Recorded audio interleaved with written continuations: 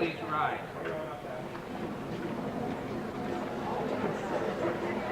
President, I have the honor to report that there are now present members of the graduating class, the staff and faculty of Queensborough Community College, the City University of New York, together with members of the Board of Trustees and the government of the City of New York, all gathered to participate in these, the 22nd commencement exercises of Queensborough Community College of the City University of New York. After the national anthem, would you please remain standing for the invocation, which will be given by Rabbi Simcha Kraus of Hillcrest, of Young Israel, Hillcrest in Bayside.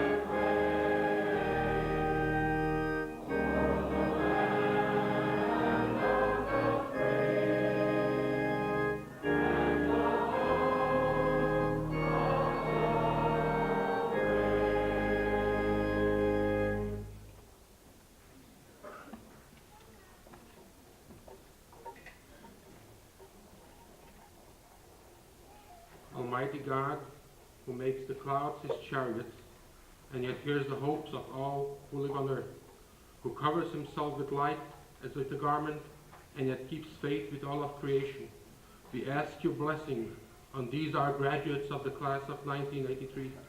You have given them wisdom of the mind. Now may you give them wisdom of the heart equal to the wisdom of their mind. You have given them a measure of your freedom, a portion of your power. Now may you guide them and teach them how to direct that power.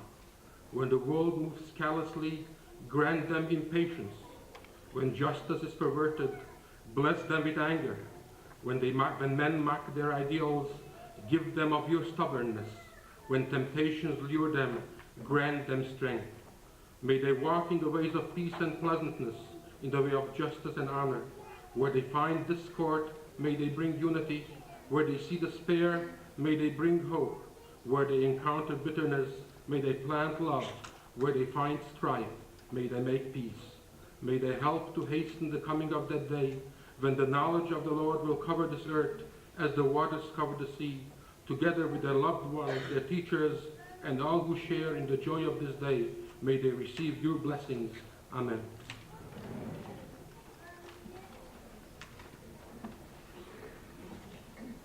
Please be seated.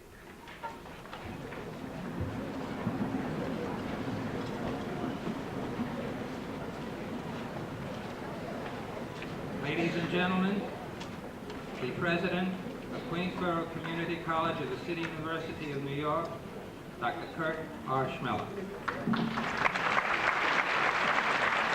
Thank you. Thank you, Professor Pappalardo. Graduates, friends and relatives of graduates,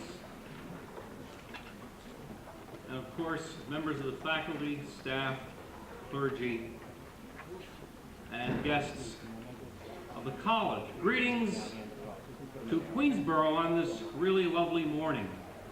We're delighted to see all of you here, and on behalf of the faculty, may I extend my congratulations to all of you for having completed your formal course of studies and for receiving your degrees this morning. You know, over the years, colleges have taken on many tasks that the exigencies of society and politics have required us to do that sometimes in the minds of some tends to have blurred what the real enterprise of these institutions happens to be. And that is one we must never forget, that our real enterprise is academic. We being an undergraduate institution, two-year college, our real enterprise is primarily to help you, the students, to acquire your degrees in those areas in which you choose to concentrate. So I'm delighted to see so many of you have done just that, and to have done it in so many cases extremely well. Not only has society over the years put many other tasks on our plate, sometimes we have tended to lose sight of the fact that excellence is right up there as our top priority, in addition to our academic programs. I can tell you, as I have told preceding graduating classes, that we have always consistently, despite what current fashions may have had, we have always and consistently held to the sense and the concept of academic excellence, and the faculty and the administration working with the board and the university have tried to maintain that and to instill that sense in you as well. And here too, I'm pleased to say the results are before us. So to all of you, our congratulations, and we wish you the very, very best in the future. We could not exist, we could not carry out our functions without the full and complete support of our trustees. We being part of a very large, and I believe the largest university in this country, public or private, we have 15 trustees who have to oversee, I believe it's about 20 campuses.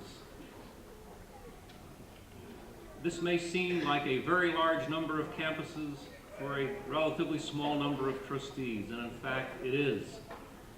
But let me tell you, they put in a tremendous amount of time, a tremendous amount of commitment, and your welfare is always in front of them and first in their thoughts.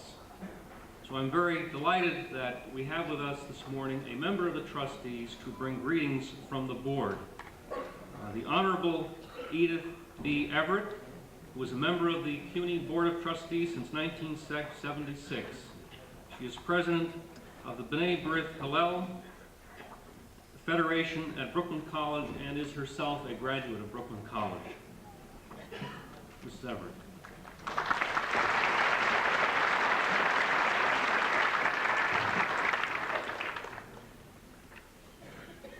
President Schmeller, Dr. Yallo, members of the faculty, graduates, their families, friends, and honored guests, all of you. I'm genuinely pleased to bring you greetings from the Board of Trustees of the City of New York to you, the graduates, and your dear friends and families who have been so supportive to you all these years while you've been working toward your degrees, and we wish you all the best. As President Schmeller has just told you, Queensborough is one of 7 community colleges, a technical college, 9 senior colleges, and an affiliated medical school. That is the whole of the City University system. And your school is a very important part of the whole, making it President Schmeller the 3rd largest in the United States. That's quite a sizable institution. From its beginning, Queensborough Community College has been a special place with a serious commitment to a quality higher education. For this, the college owes much to the dedication and skill of its highly qualified faculty and to the devotion of its very gifted leader, President Kurt Schmeller. Graduates, As I stand here speaking to you, I'm well aware that right after graduation, students are very likely to forget who the speakers were. They're more likely to forget what they said. Despite that, I'm going to take a chance and use the next 2 minutes to give a little bit of advice. It distresses me very deeply when I see so many people uncritically swallowing the myths concerning how one gets ahead in the world. All the stories would have us believe that the only way to succeed is by cheating one's employer, clients, or the government as skillfully, as frequently, and as much as possible. I won't deny that there are lots of people who are successful who may have gotten there that way. The fact is that corrupt and unethical practices are omnipresent, but don't be deluded. It's not the system that corrupts the people, but rather the people who are corrupting the system.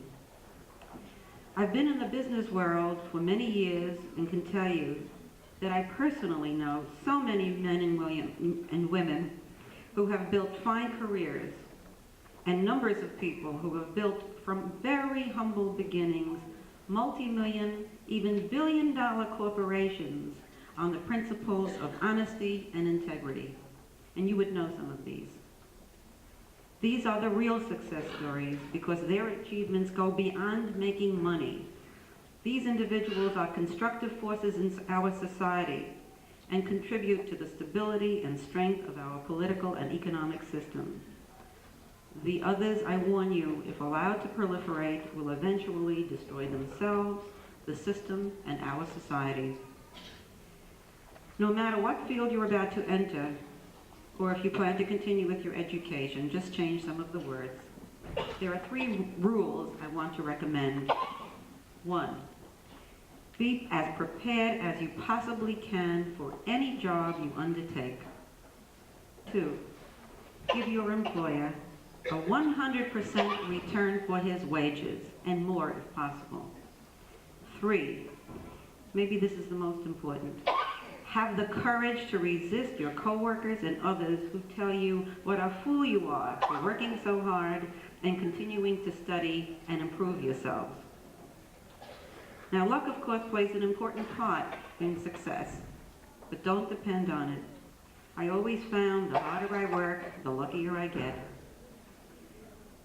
Now, this is a significant day because it marks the commencement and a new phase in your lives. As you leave college with your new knowledge and new qualifications that you've earned at Queensborough, there's no warranty that goes with the degree. What you make of the credentials that you have earned is really up to you. I feel sure that you'll succeed. And on behalf of the Board of Higher Education, I applaud you, the class of 1983, and wish each and every one of its members the utmost good fortune, success, and fulfillment in your lives to come. All the best to all of you.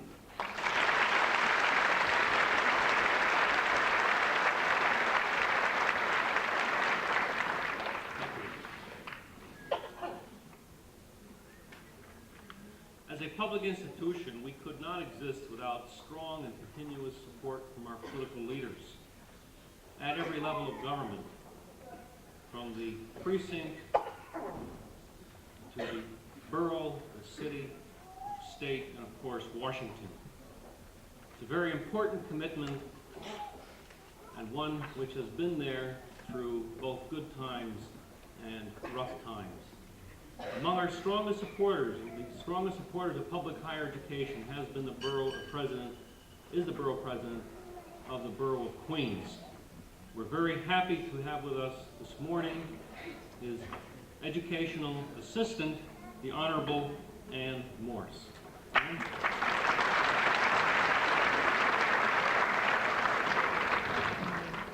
Dr. Schmeller, Dr. Yallo, distinguished guests, members of the faculty, graduates, your families, and your friends. Borough President Manis very much regrets his inability to be here this morning. As you may know, last evening the City Council and the Board of Estimate reached agreement on the budget, but the actual voting of that budget takes place this morning. So consequently, he has asked me to read his remarks to you.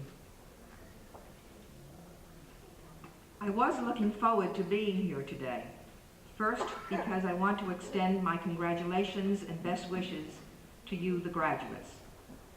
And secondly, because it is not often that I get an opportunity, and unfortunately I have the opportunity today, to share the speaker's platform with a Nobel laureate like Dr. Yallo. As a graduate of Hunter College and a lifelong resident of the Bronx, Dr. Yallo's achievements are testimony to the tradition of intellectual vitality and academic excellence that are so much a part of New York and our city university system. The late journalist and writer William Allen White once said that, "In education, we are striving not to teach youth to make a living, but to make a life." By that, he meant that a fundamental goal of education should be to inspire the nation and give youth a sense of inherited values to cherish. It should also teach the importance of learning how to go on learning for the rest of your lives. I agree with that, but I also believe that there's another goal of education, and that is to prepare you for the outside world by helping you obtain the marketable skills needed to get the jobs you want and become productive members of your communities. Queensborough Community College's track record is impressive on both counts. Many of you will continue your formal education, either next year or in the years to come. And with Queensborough's emphasis on career programs, a lot of you have already acquired the backgrounds necessary for the kind of jobs you want.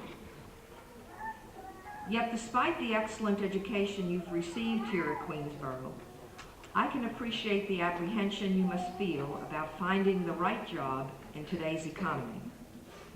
Nevertheless, you must keep in mind that you have a significant advantage over many of your contemporaries because you have specific skills at a time when the economy is putting a premium on specialization. Moreover, while our local economy has suffered due to the national recession, New York has done far better than most other cities, principally because of our strength in the service industries, an area where many of you are especially well prepared to find the jobs you're looking for. Nor should you forget that New York is still the preeminent American city, which means that there is still great opportunity for people with your kind of career-oriented training. So while you may be anxious, I urge you to temper your anxiety with anticipation, because you are probably better prepared than most to take advantage of existing job opportunities.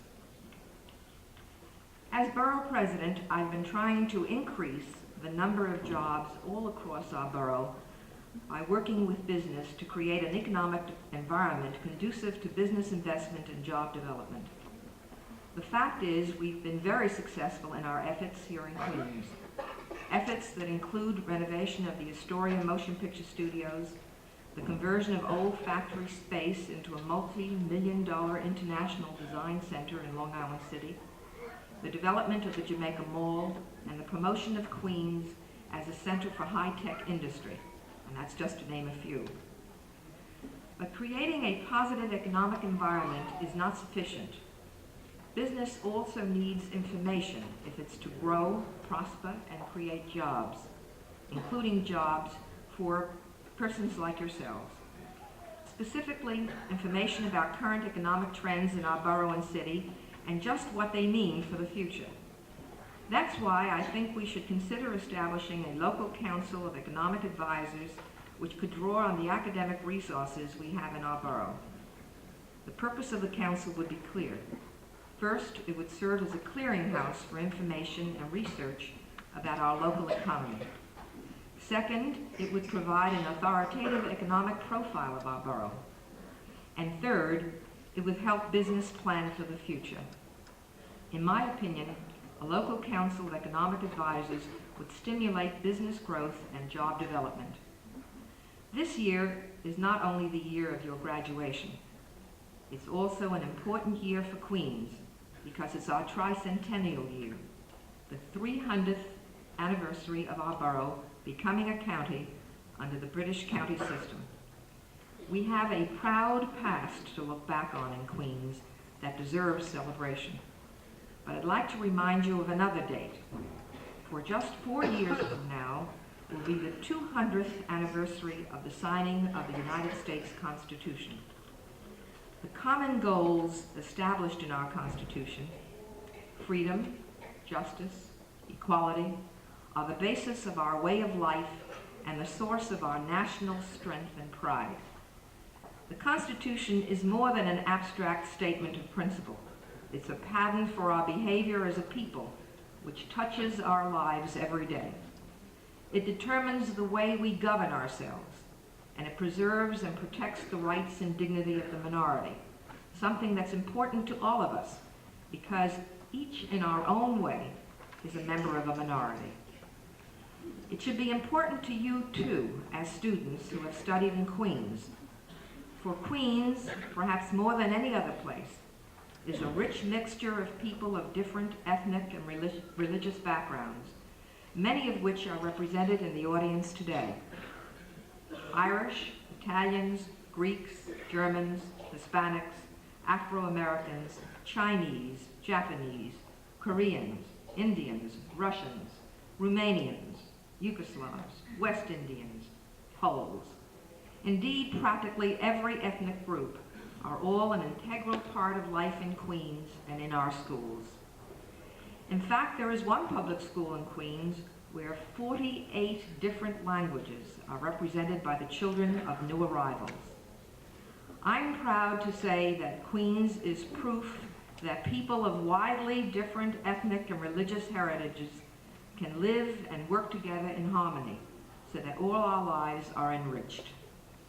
Thus, I urge you, as you go about your daily lives, to remember the principle embodied in our Constitution of respect for the dignity of every individual, and to be true to the example of racial and religious appreciation that your parents and teachers have tried to set for you. The famous physicist Niels Bohr once said, "Prediction is very difficult, especially about the future. But despite what Dr. Bohr observed, I'm willing to make a prediction about all of you. I'm confident that you will continue to move ahead, that you will achieve the goals you've set for yourselves, and that you will do it in a way that will make Queensborough Community College and the County of Queens proud of you." I join Borough President Manis in extending good wishes to you, a hope for a long lifetime of good health and success in all your endeavors. Thank you.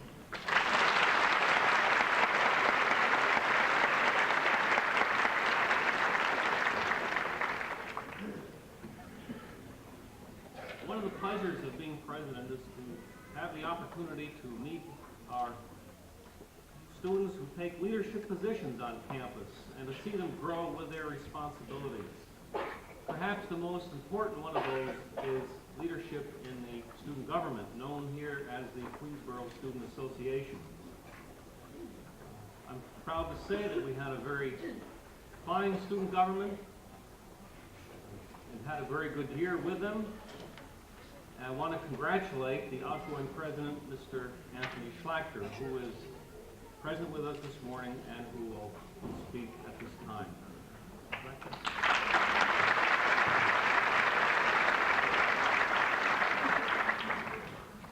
Thank you, President Schmeller. That was very nice of you.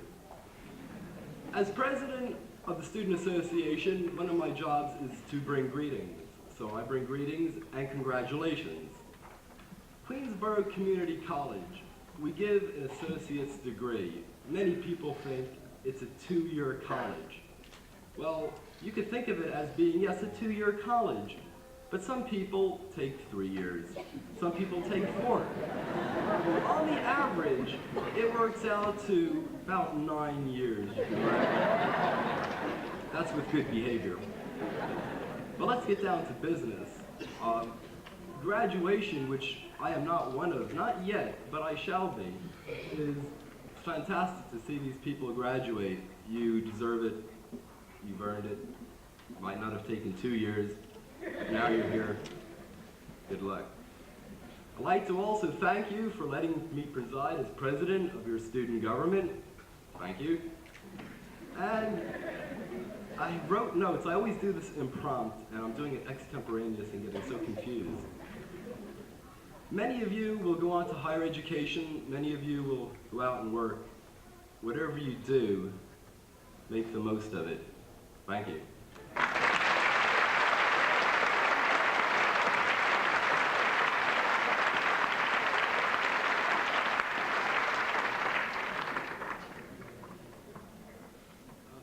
Before presenting the All-College Awards to the outstanding students in the class of 1983, it is my pleasure to acknowledge the presence of a distinguished earlier graduate of Queensborough Community College, Mrs. Eva Bobrow. Eva, where are you?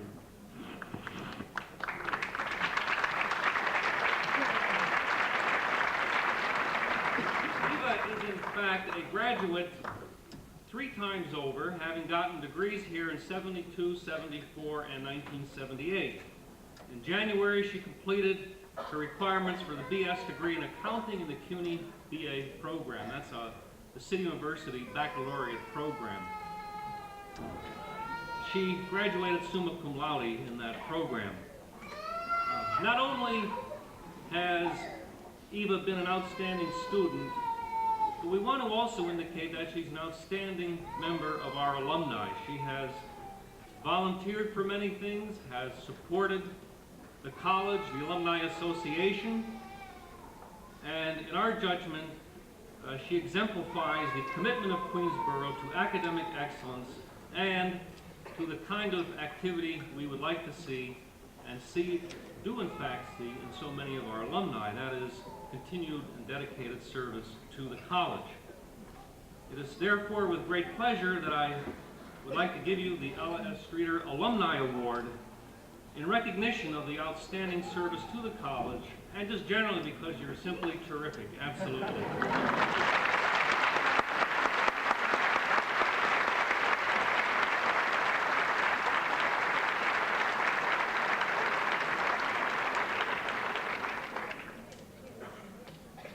Now I'm pleased to move to the specific awards.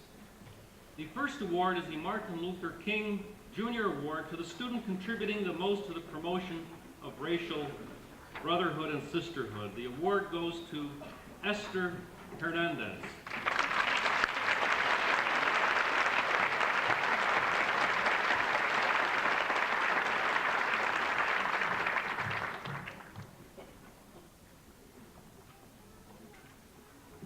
The John F. Kennedy Memorial Award to a graduating student demonstrating outstanding potential for community leadership as well as scholastic achievement to Michael Hollander.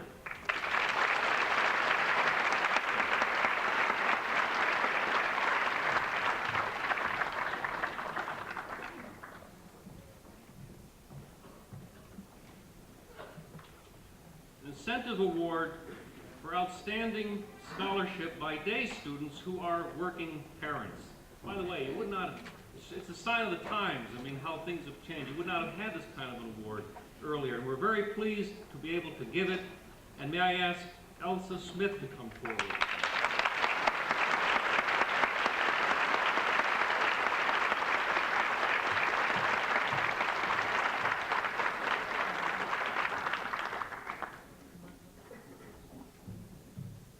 In addition, Donna Marie Merrill.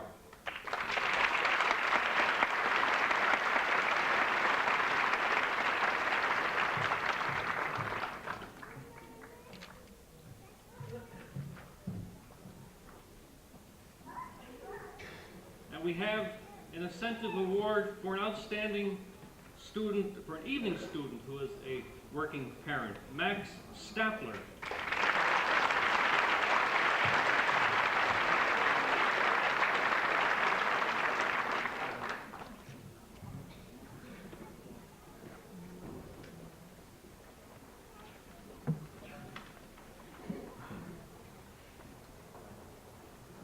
We have an award, a new award, established in honor of the college's former Dean of Academic Affairs, Dr. George Alterman, who is with us. George.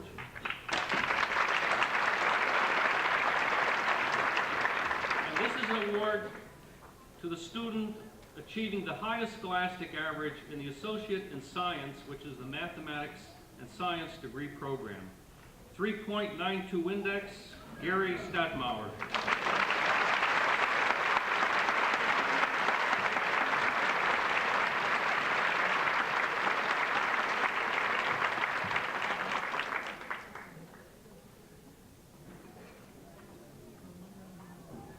Another new award established through the generosity of Professor Emeritus and Mrs. John C. Lackas is the Colonel John C. Lackas Award to the student achieving the highest scholastic average in an Associate in Applied Science degree program. Professor Mrs. Lackas?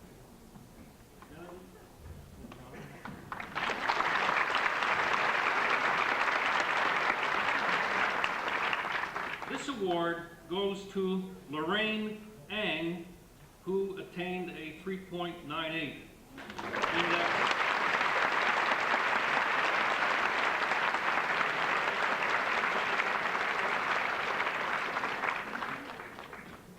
In computer technology.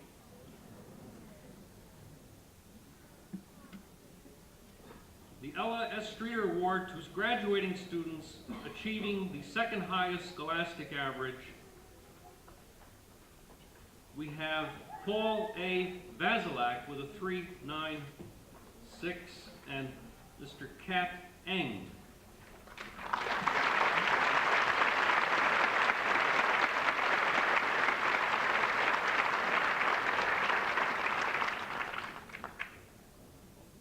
Computer technology, I don't know.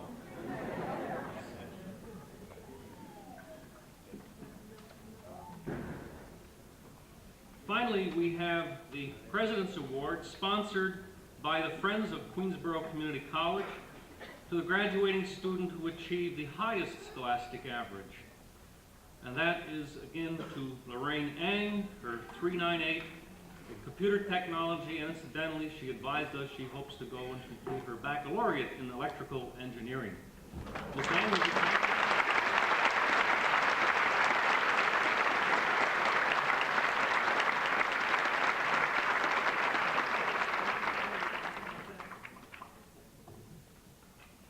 Thank you very much, ladies and gentlemen. President Schmeller, Dr. Gallo, distinguished members of the administration, faculty, and clergy, fellow graduates and honored guests. I first found out a few days ago that I was going to receive this award, and since then there have been quite a few things running through my mind. First thing that came to mind was I thought to myself, why didn't I take that public speaking course I was going to take my first semester? It would have made this a lot easier for me. But as I began to calm down a little bit from my initial state of hysteria to my present state of near panic, I realized that there are several important things I would like to express to you. I am first of all, deeply honored and very proud to be receiving this award. What makes it a special honor to me is that I'm receiving it in the presence of a group of people that I have come to know, respect, and admire very much. My faculty and my fellow graduates here today. When I enrolled in Queensborough 2 years ago, I'd been out of school for about 3 years, and the prospect of returning to a full-time college curriculum was a little frightening to me. But I found as I came to know some of you better, I realized I was not alone. Many of you were sharing the same fears that I felt. I think that what we all discovered together was that the last 2 years were not the easiest thing we've ever gone through. And we all worked very hard to get here, and I think everybody here deserves to be very proud of themselves. But I think the help and encouragement we got from the people that we worked with in the faculty has guided us to this moment today and will guide us in the future. I know it helped me a lot to know that there were people who cared about me and cared about what I was doing and were there to help me over the roughest spots in the last 2 years. So I would like to say my special thanks and my personal thanks to these people who have made the difference for me. First of all, I'd like to thank the faculty and staff of the college, particularly the members of the Electrical and Computer Technology Department. They are not only outstanding educators, but they are also outstanding people who have given me excellent instruction and have also provided a great deal of advice, encouragement, and most of all, friendship. My special thanks to Professor Joseph Idala, the chairman of the Electrical and Computer Technology Department, for whose guidance and help I owe a tremendous amount of gratitude. And finally, I guess I would like to thank my family. They've given me a tremendous amount of support, and I love them very much. Congratulations to all of you, and thank you very much.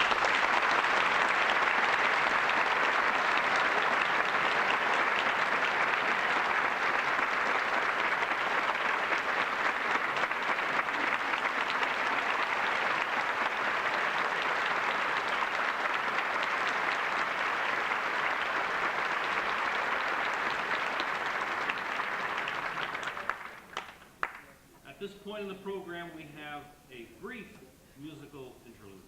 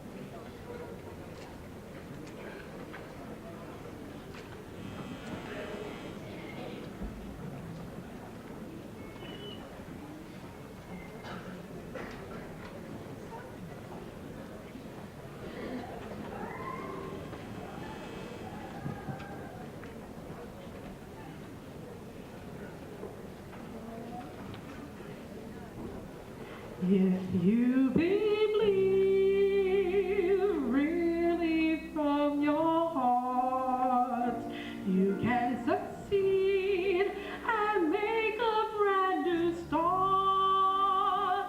Reach for a dream, reach for a star, reach for a dream and make a brand new start.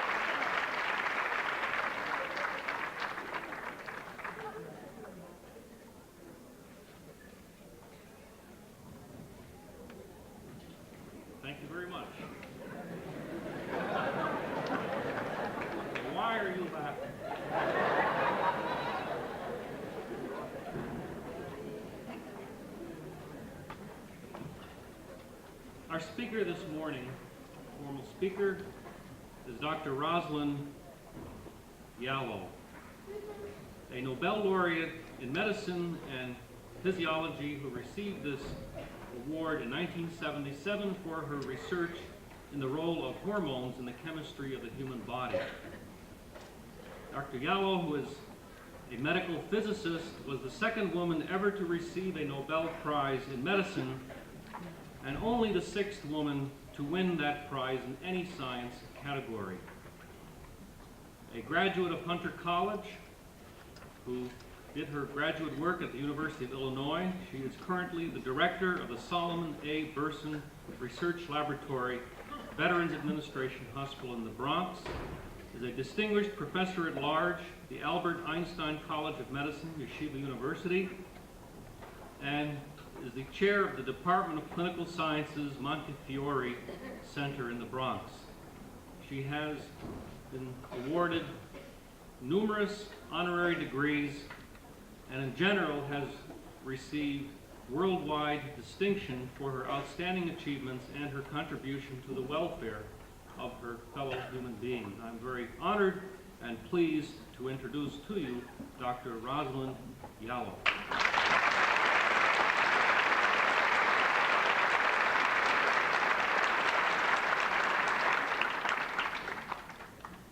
President Schmeller, distinguished platform guests, graduates, and their distinguished guests. Even now, 5 years after receiving the Nobel Prize, I still feel more comfortable giving lectures that begin, lights off, first slide please, and then continue with revealing the results of careful scientific experimentation. I appreciate that the receipt of a distinguished award in science does not make me into an instant expert in fields remote from my areas of scientific expertise. I've been asked about crime in the streets, violence of TB, and even Shockley's Nobel Prize-winning sperm bank, to which I, of course, could not contribute. I have chosen as my topic today one that deals with what I believe to be a very important problem in our times: the need for scientific literacy in a modern society. There are really many facets to this problem. One is, of course, the need to train scientists, that we have delayed for 2 centuries. Fulfillment of the dire prophecies of Thomas Malthus is attributable to the miracles of science. We know that since the turn of the century, the mean lifespan has increased 25 years. Smallpox has been eradicated from the world. The polio epidemics of the summer seasons, common when my children were born, are no more.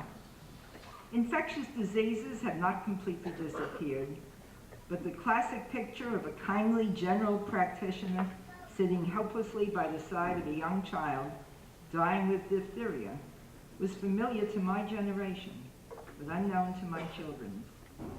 End-stage renal disease once meant certain immediate death. Now dialysis and even transplantation is routine. The miracles of microsurgery. I am always overwhelmed when I hear of an arm lost and sewed back on again. Unbelievable miracles. There have been dramatic advances not only in matters of health, but science has served to improve our well-being in almost every part of our lives. The science fiction fantasy of my youth came true when a man walked on the moon. Satellites and interplanetary spaceships are expensive, but doable, no longer unbelievable. We need more and better scientists to continue to produce more miracles. Unfortunately, our young are not choosing in sufficient numbers careers in science. Along with the need for training of more and better scientists are the related problems such as how to best fund research, how the funding set aside for research should be distributed among the sciences and between fundamental and applied sciences. But crucial to all is an appreciation of the need in a democratic state for scientific literacy among all its people. At the turn of the century, I would not have said that this was necessary. There were few, if any, scientific issues that became public policy or law. There was always a need for some scientists, engineers, physicians. However, the role of science was considered to be relatively minor in day-by-day living. Now decisions are constantly being made in fields such as radiation, pollution, other environmental hazards, even vaccination, among others.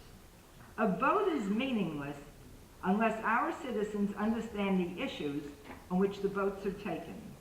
Thus, there is a crucial need not to make all people into scientists, but to make them better informed about the interaction of science with living. How, when, and in what fashion should our people become better informed about science so that the participatory rights bestowed by a democracy will be intelligently exercised? The issue must be addressed at two levels. One is to bring up a new generation that will be scientifically literate. As we have seen, your college is producing some such. The other is how to educate our adult population, including our college graduates and students, too many of whom are scientific illiterates and anti-science activists. It is perhaps easiest to develop programs to educate the young. First of all, science is not simply a collection of facts. It is a discipline of thinking about rational solutions to problems after establishing the basic facts derived from observation. It is hypothesizing from what is known to what might be, and attempting to test the hypothesis. Taught properly, science can be part of the curriculum of the preschool, as well as the elementary school child. One of the things I've been thinking about is trying to develop a course in science for the 4-year-old. The teaching of science at this level does not require complicated, expensive apparatus. It does require a teacher imbued with a love for logical thinking and the imagination to design simple experimentation that permits the child to think of himself or herself as an investigator in examining the world about him. The love for logical thinking must come first. The facts can later fall into place. My own background is a good example. Although my earned doctorate was in nuclear physics, and I have never had a course in biology in my life, my Nobel Prize was in physiology and medicine. I learned the facts of biology as I needed them. But that followed after my love of the logic of physics and science in general. Throughout elementary and secondary school, examples can be chosen from the world around to demonstrate the principles of physics, chemistry, biology, geology, and familiarity should be gained with the mathematical sciences. I believe that in secondary school, all students should be exposed to a course in science for the citizen. It should be an interdisciplinary course, since biology, chemistry, physics are all involved in understanding of the science behind a long list of regulations and laws, which may be relevant, but which too often are generated by false perceptions of risk. There should be exposure in this course to the problems of risk and decision-making, and the relative risks arising from living in a modern world. We must and can bring up a new generation which will be scientifically literate. The real problem is how to deal with an adult who is not scientifically literate and whose knowledge of the interrelationships between science and life comes only from the evening news. The reporting of that news in the United States is by design sensational and often irresponsible. Let me quote from a review presented by Ann Trump, who represented the local community when she served as a member of the President's Commission investigating the accident at 3 Mile Island. She wrote, and I quote, "This item represents the feeling of the undersigned and a majority of a circle of citizens who lived through the 3 Mile Island accident. Too much emphasis was placed on what if rather than what is. As a result, the public was pulled into a state of terror, of psychologic stress. More so than any other normal source of news, the evening national news reports by the major networks proved to be the most depressing, the most terrifying. Confusion cannot explain away the mismanagement of a news event of this magnitude. It is requested that the news media undertake a self-evaluation on an individual basis and review their role in this accident, which was not limited to equipment damage, but also included psychological damage. To the best of my knowledge, the evening news has not changed. Unfortunately, the news media, and in particular television, are a primary means for adult education. They are at the same time a multi-billion-dollar business. All too often, TV supplies misinformation through ignorance, political conviction, or because it is considered more important to attract an audience than to help develop an informed citizenry.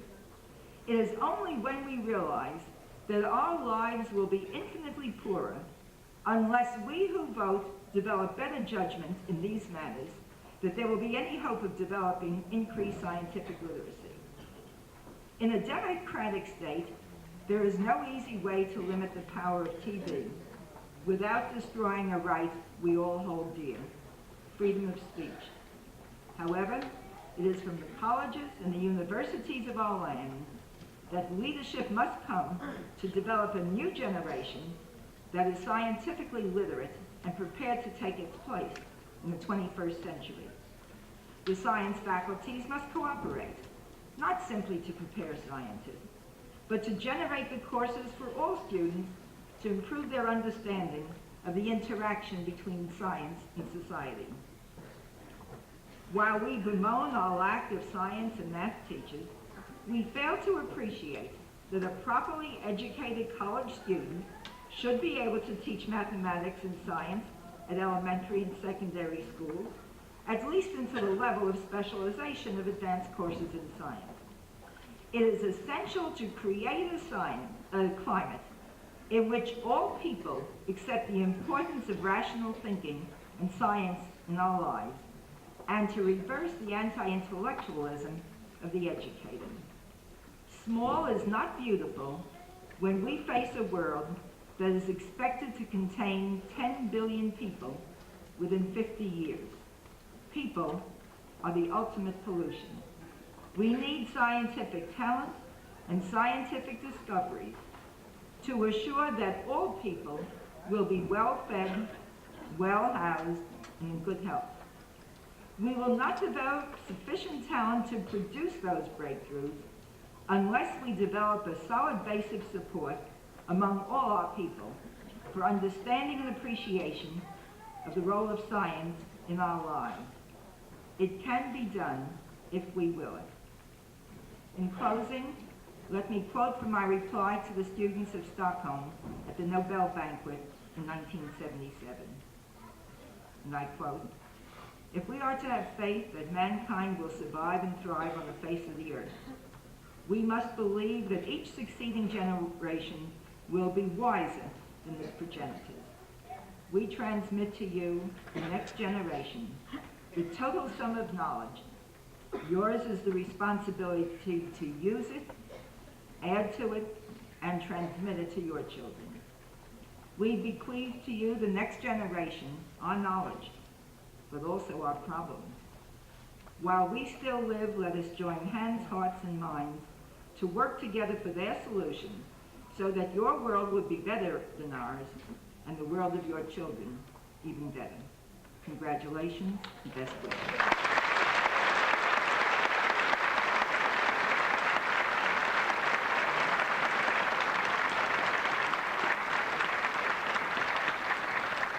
Thank you very much. Will the graduating class please rise while the Grand Marshal administers the ephebic oath?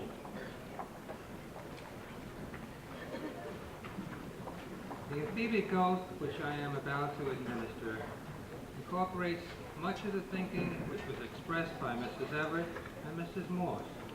I hope that you will take it seriously because it means a lot to you and to our city. We who are about to graduate from Queensborough Community College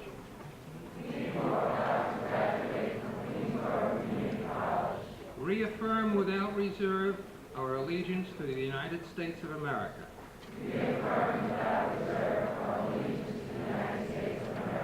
And in the tradition of the ancient Athenians, take this oath of devotion to our city.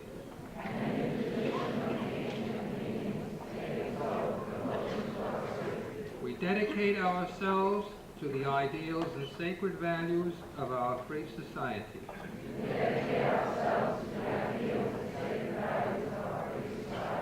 We will never bring disgrace upon our community by any act of dishonesty or cowardice.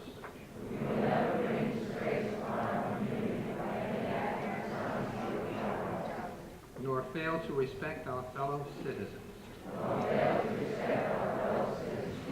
We will revere and obey the laws under which we live. We will do our utmost to quicken understanding, respect, and reverence for them.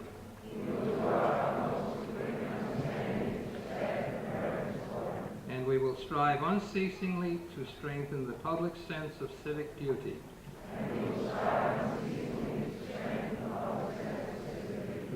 Thus, in all ways, we will seek to transmit this city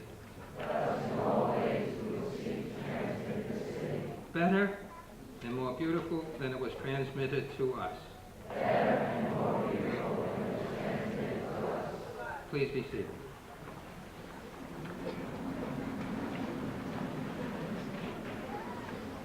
We shall now proceed with the conferring of degrees. The candidates will be presented by the Dean of Academic Affairs, Dr. Michael C.T. Brooks. And will the audience please refrain from applauding until all the candidates have been presented. Will candidates for the degree of Associate in Arts please rise.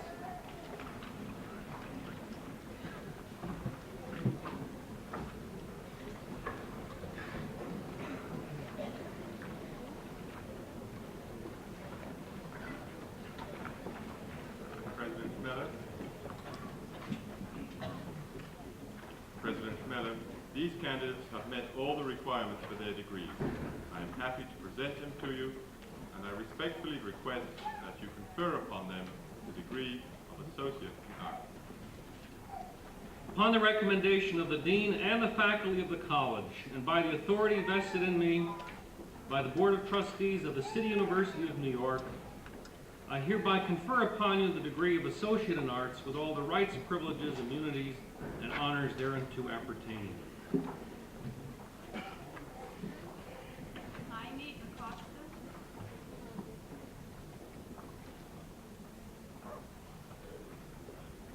Sarah Benediction.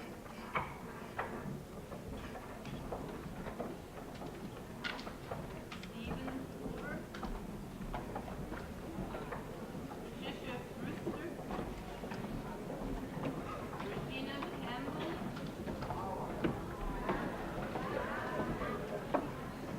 Robert Cantor. Michelle Clark. Duncan Cook. Corinne Eigen. Magali Estime.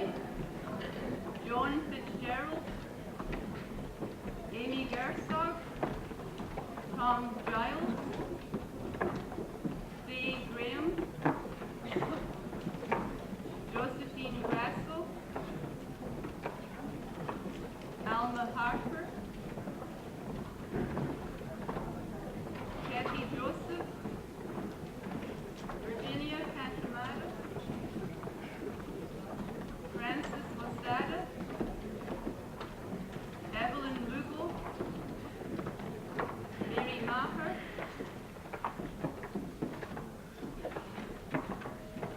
Sandra Malcolm.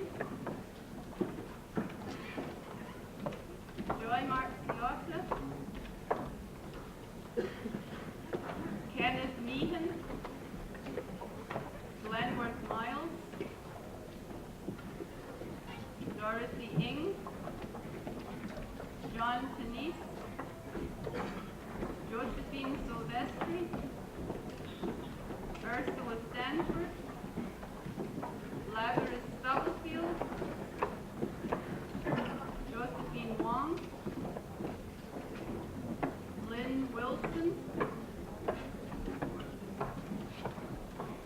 Marla Zucker,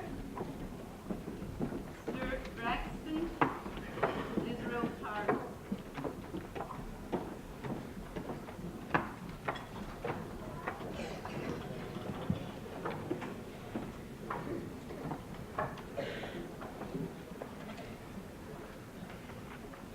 Will the candidates for the associate degree in science please rise? President Schmeller, these candidates have met all the requirements for their degrees. I am happy to present them to you, and I respectfully request that you confer upon them the degree of associate in science. Upon the recommendation of the Dean and the faculty of the college, and by the authority vested in me by the Board of Trustees of the City University of New York, I hereby confer upon you the degree of Associate in Science with all of the rights, privileges, immunities, and honors thereunto appertaining. Anna Foster, Stuart Bauman,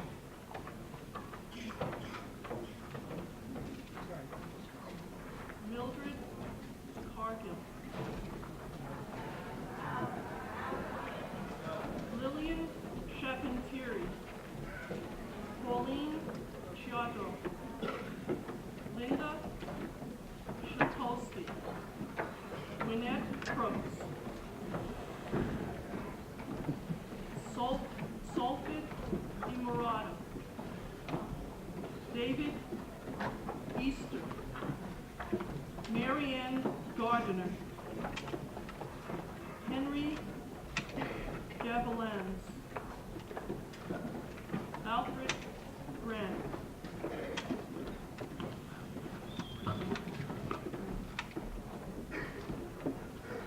Michael Hollander, Saul Ichek, Kim Lebrano, James Marcris, Michelle Murphy, Jean Petricola, Artie Reynolds III, Seta Sarkisyan, Gay Shep-Sik, Andrea Shirano, Ezra Siddiqui, Adrian Troyes, and Diane Ween.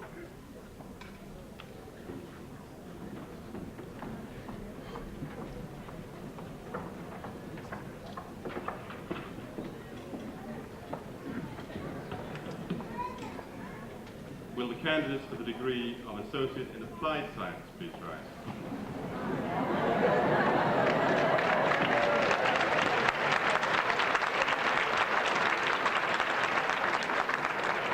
So before you read the formal statement, let me add this, again, since I came back in the late 60s, that used to be the old Associate in Arts would be the mass group, but now look at the Applied Science. It's really a tremendous change.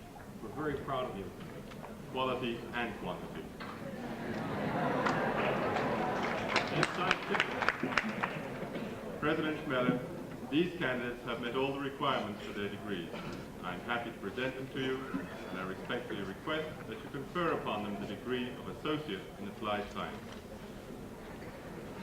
Upon the recommendation of the Dean and the faculty of the college, and by the authority vested in me by the Board of Trustees of the City University of New York, I hereby confer upon you the degree of Associate in Applied Science with all the rights, privileges, and immunities and honors thereunto appertaining.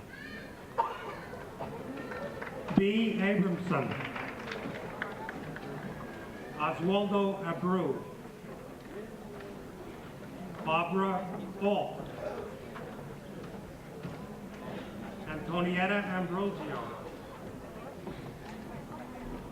Joseph Argentieri, Rustam Atik, Mildred Austin, Vincent Azaro, Joseph Aziz, Anne Marie Bartolotto, Nellie Blacksburg, Gerard Brickman, Hulda Bruce, Jeffrey Boucher, Laura Bullock, Karen Cambridge, Kingsley Campbell,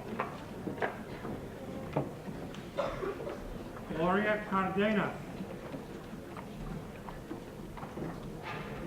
Therese Carlson,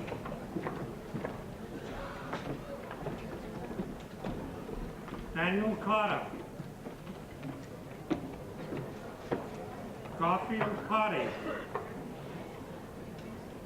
Karen Chieffo, Cynthia Chin,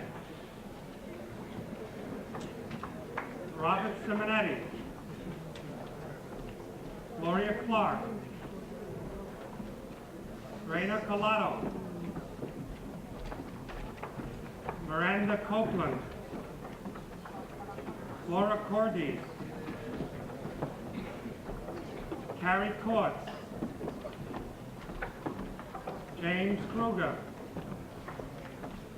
Paul DeCayette, John Desipor,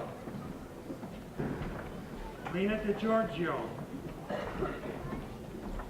Sylvia Di Pilato, Novella Dixon, Stacy Golgin, Georgia Dunn, Roberta Eaton, Kim Ann Eggleston, Jana Ertracta, Gail Fajardo, Vladimir Fedorov, Diana File, Deborah Felder, Regina E. Felix, Donna Festa, Andrea Fingeretz, Giuseppe Fiore, Kevin Fitzpatrick, Ninan Fortin, Carol Fox, Gail Friedman, Tak Chung Fung, Nora Gallagher, Carol Gansler, Neil Garfinkel, Gerd Geiger, Patricia Genovese, France Germain, Linda Giglio, Hernan Gill, Rochelle Goldberg, John Gorgoni, Rosa Goris, Yvonne Grandison, Stephen Grunt,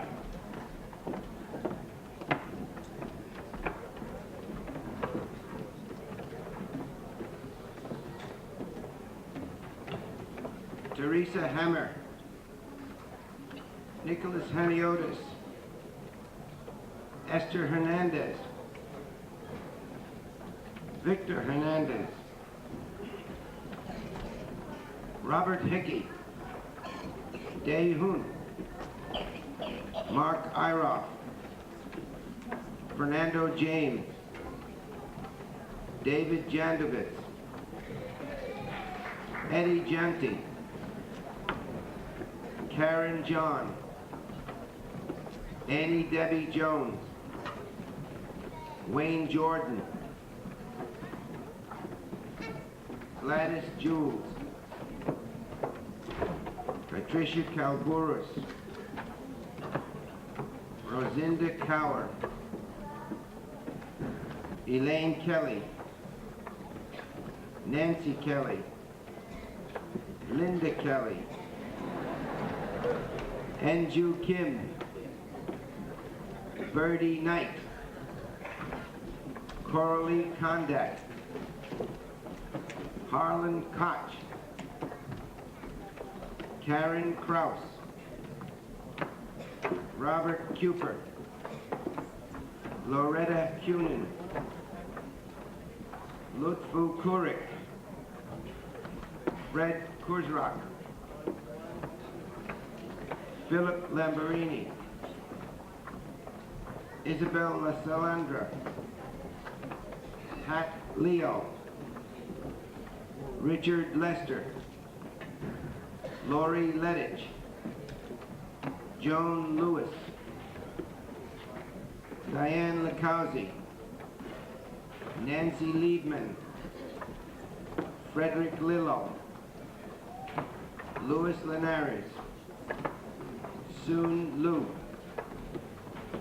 Lisa Lodo, Colette Laguerre, Nicole Lorenzo, Cecilia Ludwig,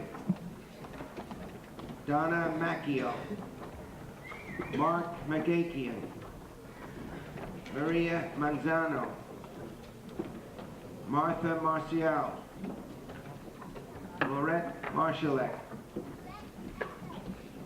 Donna Marie Marrow, Diana Martinolich, Anna Mastrantoni, Cosby Mbele, Lillian McCoy, Sharon McInnes, Geraldine McLaughlin, Patricia McMullen, Kevin Meany, John May, Gladys Melendez, Meredith Molina, Jacqueline Meyer, Wendy Minor, Barbara Miller, Demetrius Miltiadis, German Menassi Hatvani, Jacqueline Menassi Hatvani, Donna Miro, Lorraine Molnar, Rosario Morales, Jay Moreno, Sandra Moreno, Julio Murillo, Diane Murray.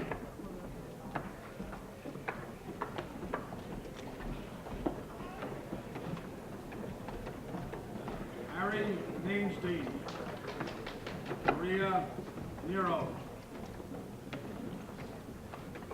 Jacqueline Newell, David Ocasio,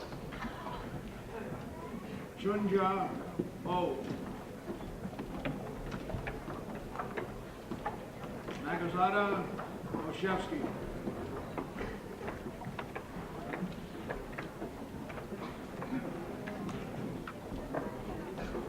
Christian Neves,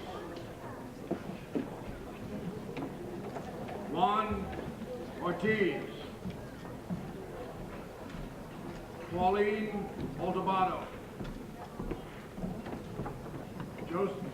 Josephine Palazzo, Enid Popka, Michael Barducci, Angela Paracelli, Sarah Barris, Ruth Burt, Maria Penabla, Frank Peranio, Joseph Peters, Diane Pinckney, Margaret Plummer, Gregory Polker, Joseph Polizzi, Jeanette Potter, Anthony Prestigiacomo, Antoinette Preston, Gregory Price, Yoshibi Price, Julian Perzak. Abiodun Quadri. Gary Rempel. Paul Reichert. Rosalind Richards. Claudia Rincon. Marina Rivera. Maria Rodriguez. Senia Romero. Marjorie Roth. Catherine Giraldi. Florence Schultz. Duquesa Scott. Frank Scrow. Stephen Segur. Julie Serrano. Michael Short. Stanley Silver. Eleanor Simpson. Kenneth Slockbauer. Suzanne Smith.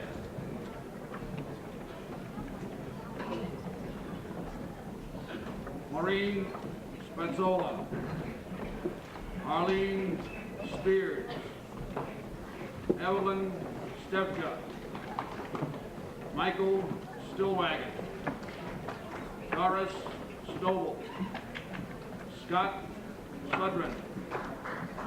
Rita Sundry. Rita Sweeney.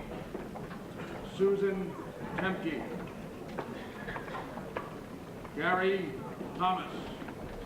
Loy Thompson. Michael Traeger. Karen Tremulowitz. Karen Tutino. Howard Uffer. Diane Barone. Rosemary Garcia. Karen Vickers. Arlette Villanueva. Constantine Blacos. Constance Walcott. Michael Waugh. Stuart Wax. Scott Weissman. Mary Ellen Westerberg. Francis Williams. Charles Willis. Teresa Wolf. Joyce Woronsoff. Nancy Young. Boris Salzman. Charles Zink. Diane Zollner.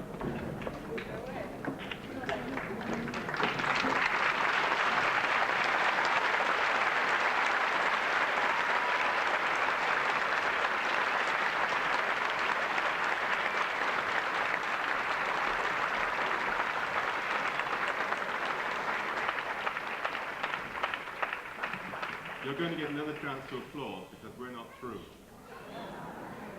We have one more group, an important group, of students who have come to Queensborough and have earned one of the certificates which we offer. Will the certificate candidates please rise? President Schmeller, these candidates have met all the requirements for their certificates. I am happy to present them to you, and I respectfully request that you grant them their certificates. Upon the recommendation of the Dean and the faculty of the college, and by the authority vested in me by the Board of Trustees of the City University of New York, I am delighted to hereby grant you your certificates. As I read your name, will you please approach the stage?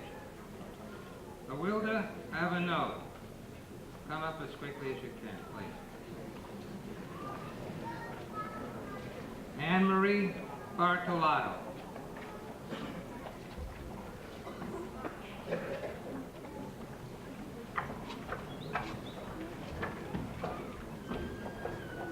Maud Bauer.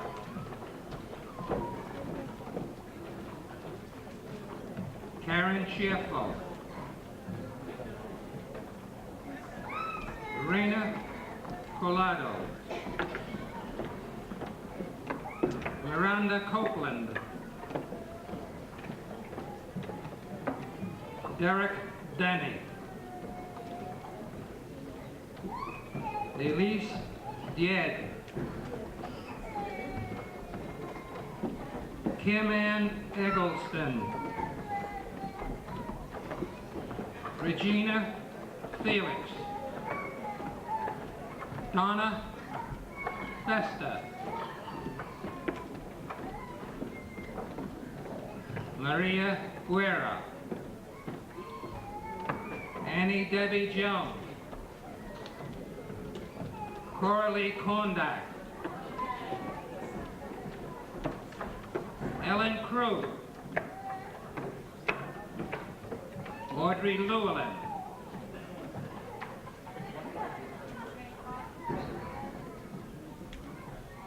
Donna Macchio, Patricia McMullen, Louis Menahem, Jacqueline Meyer,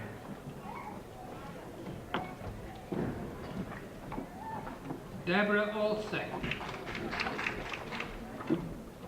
Josephine Palazzolo, Diane Pinkney,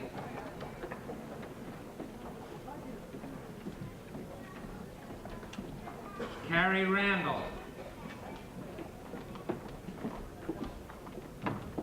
Donna Rayer, Miriam Rivera, David Rogers, Linda Rosenwald,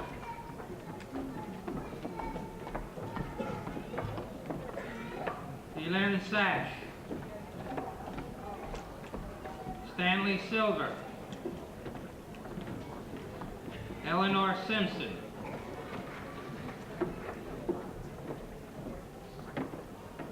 Max Stapler,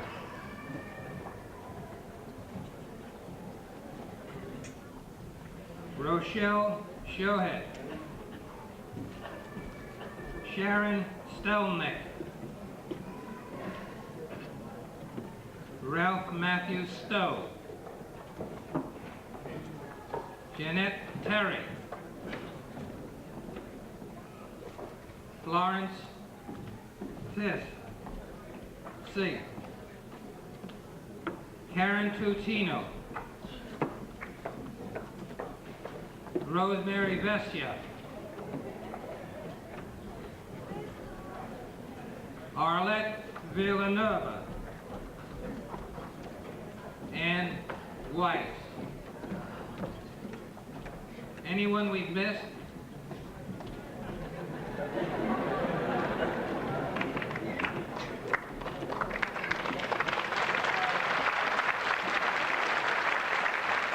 We'll give her the honor of announcing her own name. Maria Mansano.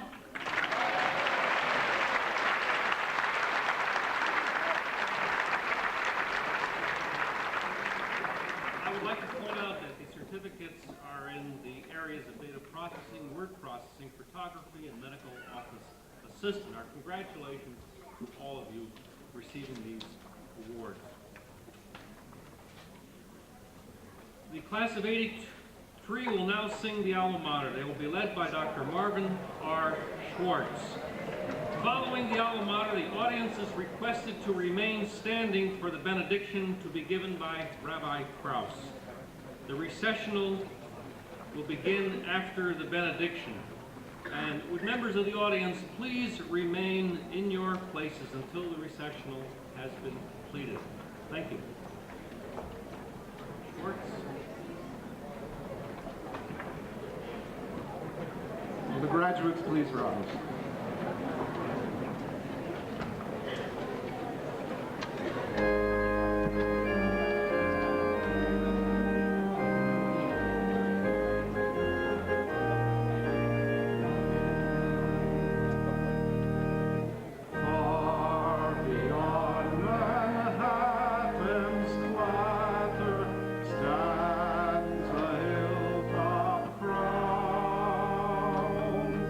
Where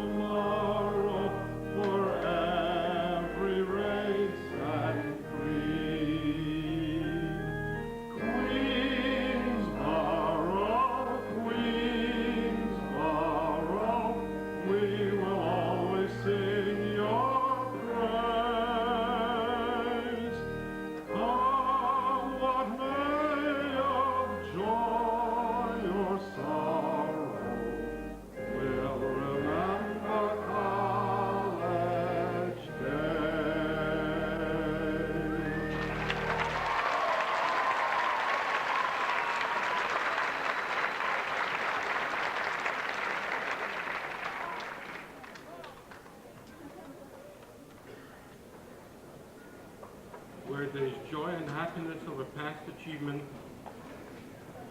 let it be lifted up to thee in humble thanks. For thou alone art the source of our talents and the wellspring of our gladness. Where there is doubt and uncertainty about what lies ahead, let thy power and thy purpose be known to us, that we may make our own ways thy way. O God, take all our memories of the past, and all our hopes and all our dreams, all our doubts and uncertainties about the future, and consecrate them to the fulfilling of thy will.